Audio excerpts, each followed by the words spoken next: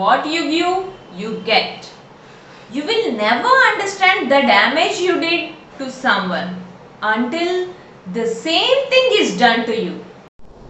पुराने जमाने में सूरजपुर में दौलत राम नाम का एक धनवान व्यापारी रहता था। उनको एक बेटा भी था। दौलत राम का बेटा उनको व्यापार में मदद करता था। दोनों बाप और बेटे व्यापार में बहुत पैसे कमाया, पर दोनों को खर्चा करने के लिए हाथ नहीं आती थी। कभी किसी को कुछ देना दूर की बात, हमेशा दोनों फटे हुए कपड़े पहनते थे और पेट भर खाना भी नहीं खाते थे। एक बार सूरजपुर और उनके आजू बाजू गांव में चोरों का समूह आया। अमीरों के घर में घुस के उनके पैसे धन लूटने लगे। अगर धन नहीं दिया तो उनको मार के उनके घर को आग भी लगाने लगे। दौलत राम और उनका बेटा को ये बात पता चला। दोनों उनके धन को बचाने के लिए उनके गांव के स्मशान में उनके धन को छुपाने का फैसला लिया। उस दिन रात को 2 बोरियों में उनका धन दौलत पूरा भर के खोदने के लिए एक कुदाल लेके स्मशान निकले। वही गांव में एक भिखारी भी रहता था। वो भिखारी को ना ही खाना, ना ही घर, ना ही ढंग के कपड़े। वो दिन में कुछ न कुछ काम करके वो पैसे से खाना खाता था। अगर कुछ काम नहीं मिला तो घर घर जाके भीख मांगता था और रात को किसी के घर के आंगन में सोता था। उस रात को ये भिखारी को खाने के लिए कुछ नहीं मिला। भूख के कारण उसको नींद भी नहीं आ रही थी। तब भिखारी ने दौलत राम और उनका बेटा अंधेरे रात में जाते हुए दिखा। दोनों इतना धीरे से चल रहे थे कि उनके कदमों की आवाज उनको ही नहीं आ रही थी। भिखारी ये दोनों कौन है, कहाँ क्यों जा रहे हैं, जानने में उत्सुक हो गया और स्मशान तक ये दोनों के पीछे किया। दौलत राम और उनके बेटा स्मशान के एक कोने में खोदना शुरू किया। भिखारी घिसटते हुए स्मशान पहुंचा और एक झाड़ के पीछे से ये दोनों क्या कर रहे हैं देखने लगा।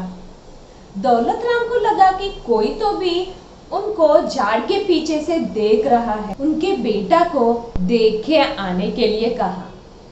जैसा ये बातें सुना, भिखारी जमीन पे श्वास रोक के शरीर को कड़क रख के लाश जैसा बन गया।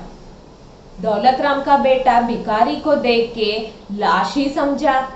फिर भी यकीन होने के लिए उनके चाकू से लाश का कान काट दिया, तो भी उनके शरीर पे हलचल नहीं था। इससे वो दृढ़ हो गया कि ये लाश ही है।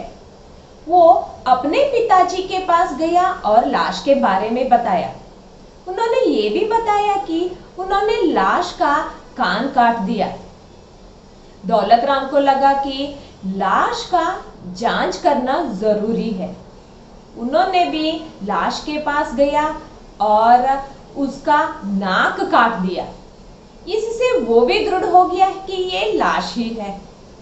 दोनों गड्ढा खोदा और वो गड्ढे में अपना धन दौलत छुपा लिया और फिर पहचानने के लिए एक पत्थर रख के घर निकल गए। बेचारा भिखारी बहुत दर्द सहन किया। उन्होंने गड्ढे में छुपाए हुए दौलत राम के धन लिए और उधर से निकल गया और उनके कान नाक ठीक होने तक गांव के सरहद में एक पुरानी झोपड़ी में आराम लिया। बाद में अच्छे कपड़े लिया, अच्छा घर भी लिया, नाम भी बदल दिया और शाही जिंदगी जीने लगा। सूरजपुर के आजू बाजू गांव के लोग चोरों को पकड़ने के लिए समूह बनाया और चोरों को पकड़ लिया। राजा के सामने हाजिर किए। राजा ने इनको कारागृह में बंदी कर दिए। सूरजपुर और आजू बाजू गांव में अब चोरों का डर नहीं रहा। दौलतराम और उनके बेटा को ये बात पता चला और वो दोनों अपने धन लाने के लिए स्मशान निकले। पूरा खोदने के बाद भी स्मशान में उनका धन नहीं मिला। खाली हाथ दोनों घर पहुंचे और सर पकड़ के रोने लगे। तब दौलतराम को लाश पर शक आया, अगर वो लाश ही इनका धन चुरा लिया तो आजू बाजू गांव में कोई तो भी एक नया अमीर आया होगा जिसको कान नाक नहीं है, सोचा दौलतराम ने। ऐसा आदमी को ढूंढने के लिए उनके बेटा को भेजा। अमीर बना हुआ भिखारी को ढूंढ के उनके बेटा ने राजा के पास ले गया। राजा ने भिखारी को सच में वो दौलतराम के पैसे चुरा लिया क्या पूछा। भिखारी ने सच बताया कि वो दौलतराम के पैसे से अमीर हुए हैं।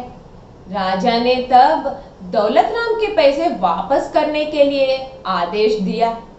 भिखारी भी तैयार हो गया था दौलतराम के पैसे वापस करने के लिए, अगर वो उनके कान नाक वापस किया तो। राजा को भिखारी ने पूरा कहानी बता दिया। उनका कान नाक कैसे खोया भी बताया। वो ये भी बताया कि वो पहले से भिखारी था, चोर नहीं, और ये धन दौलत उनके कान नाक के नुकसान भरपाई है। राजा को भिखारी की बातें सही लगा। चिड़िया चींटियों को खाती है, चिड़िया मरने के बाद वो ही चींटिया चिड़िया को खाते हैं। परिस्थिति बदलते रहता है। आज आप बलवान हो पर हमेशा नहीं। Nothing happens by fate or by chance. You create your own fate by your actions.